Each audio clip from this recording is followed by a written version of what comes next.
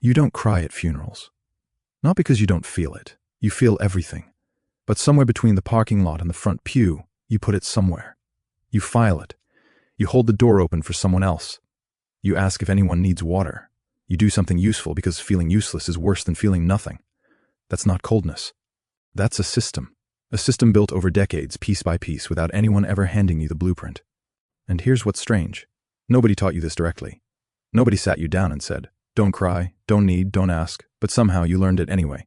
And if you're watching this, some part of you is starting to wonder what it cost you. You're not broken. Let's start there.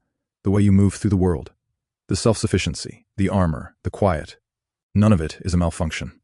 It's an adaptation. Your brain is extraordinarily good at learning what keeps you safe, what earns you belonging, what lets you survive a room. And for a long time, maybe a long time, this version of you worked. The rules you absorbed about being a man weren't written down. They lived in glances, in corrections, in the absence of comfort when you expected it. They lived in the way your dad handled pain, or didn't. In the coach who called sensitivity weakness. In the first time you cried in front of someone and something shifted, in them or in you. These aren't character flaws, they're imprints. And understanding them is not the same as being trapped by them. The first rule most men absorb without knowing it is this: your value is your output. It shows up quietly. You feel fine in a relationship until you stop being useful. You feel calm at work until there's nothing left to solve. The moment the task disappears, something underneath surfaces. A low hum of unease, a restlessness you can't name. So you find another task. Psychologically, this connects to what researchers call contingent self-worth. The experience of only feeling worthy when performing, producing, achieving.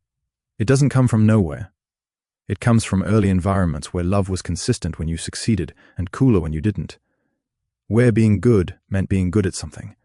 Think about how many men describe retirement as a crisis, or how a man who loses his job doesn't just lose income. He loses his answer to, who are you? The job wasn't just work. It was identity. It was proof. This rule once protected you. When you were young and the world felt unpredictable, output was something you could control. You couldn't control whether people stayed, but you could control whether you were useful enough to make staying worth their while. The second rule runs deeper. Don't need anything you can't get yourself. You've probably felt this as pride, independence, self-reliance, and those things are real. But there's a version of it that's less about strength and more about protection. A quiet decision made somewhere in childhood that needing people is a liability. Attachment research tells us that when early bids for connection, reaching for comfort, asking for reassurance, are met with inconsistency or dismissal, the nervous system learns to deactivate. It stops reaching, not because the need disappears, but because expressing it became more painful than suppressing it. This is the man who won't ask for directions, who solves his own problems in silence, who says I'm fine with complete conviction even when he isn't. It's not ego. It's an old nervous system doing exactly what it was trained to do. The need is still there. It just learned to wait in a room you don't visit. But here's the part nobody tells you. These rules don't just shape how you act. They shape what you notice, what you let yourself want, what you let yourself grieve. A man running the system long enough doesn't just hide his emotions from others. He hides them from himself, not as deception, as survival. The brain is efficient. If feeling something leads nowhere useful, it gets rerouted, stored, converted into productivity or irritability or a kind of flat calm that looks like peace but isn't. This is where it gets interesting. The behavior isn't the problem. The invisibility of it is. The third rule is the one that costs men the most in relationships. Stay in control of the emotional temperature. You're the one who de-escalates, the one who goes quiet instead of escalating, the one who says, let's not do this right now. Not because you don't care, but because emotional chaos feels genuinely dangerous. Not metaphorically. In your nervous system, it registers as threat. This is hypervigilance dressed as maturity. Many men who grew up in unpredictable households, where emotions meant volatility, where someone's mood determined safety, became expert readers of the room. They learned to manage the emotional climate before it could manage them. In adulthood, this looks like stoicism, steadiness. People call you the calm one, the reliable one. What they don't see is the low-grade vigilance underneath, the way you're always slightly scanning, always somewhere, waiting for the temperature to change. The fourth rule shapes everything men do in public. Don't let them see you uncertain. Uncertainty in men is treated, socially, almost like incompetence. And so from early on, most men learn to project confidence whether or not they feel it. To give the answer before they've fully processed the question. To lead without admitting they don't know where they're going.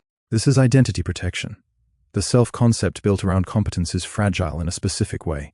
It can't tolerate public questioning, so the behavior becomes decide fast, commit fully, revise privately. It works, often. It produces action. It earns respect. But it also means spending a significant portion of your life performing certainty you don't actually feel, in rooms full of other men doing exactly the same thing. As men age, something interesting begins to happen with these rules. In your 20s, they feel like strength. In your 30s, they start to feel like walls. By your 40s, many men describe a strange sensation. The strategies that built their life have started to feel like a cage inside it. The stoicism that earned respect has cost them intimacy. The self-sufficiency that made them capable has made them lonely. This isn't failure. It's the natural arc of an adaptive system meeting a world it wasn't fully designed for. The brain built these patterns for one environment and is now being asked to run them in another. The same man who was rewarded for never needing anyone at 25 is now sitting across from a partner who is asking him to be present, vulnerable, seen. The pattern doesn't disappear. It evolves. It has to. What all of these rules share, at their core, is emotional regulation. They are, each one of them, a way of managing internal experience in a world that didn't always make room for it. The self-reliance is an anchor. The output focus is a structure. The emotional control is a blanket. Not a wall, but a blanket, something you pulled around yourself when things got cold and uncertain and no one came. These behaviors gave you something real, predictability, safety, a sense of ground beneath your feet when the ground wasn't guaranteed. The brain doesn't build systems out of nothing. It builds them out of necessity, and what you built for reasons that made complete sense at the time. So here's where this ends. Not with a list, not with steps, not with a remodel. Just with this, the version of you that learned these rules was doing something intelligent. He was reading the room, learning the language, surviving the environment he was given. That's not damage. That's human. You don't need to be fixed. You need to be understood, maybe first by yourself. The rules were never really about being a man. They were about being safe. And somewhere underneath all of them, there is a person who has always felt more than he let on, who wanted more than he asked for, who has been quietly, persistently, remarkably okay. That's not weakness wearing the mask of strength. That's just you. And you make sense.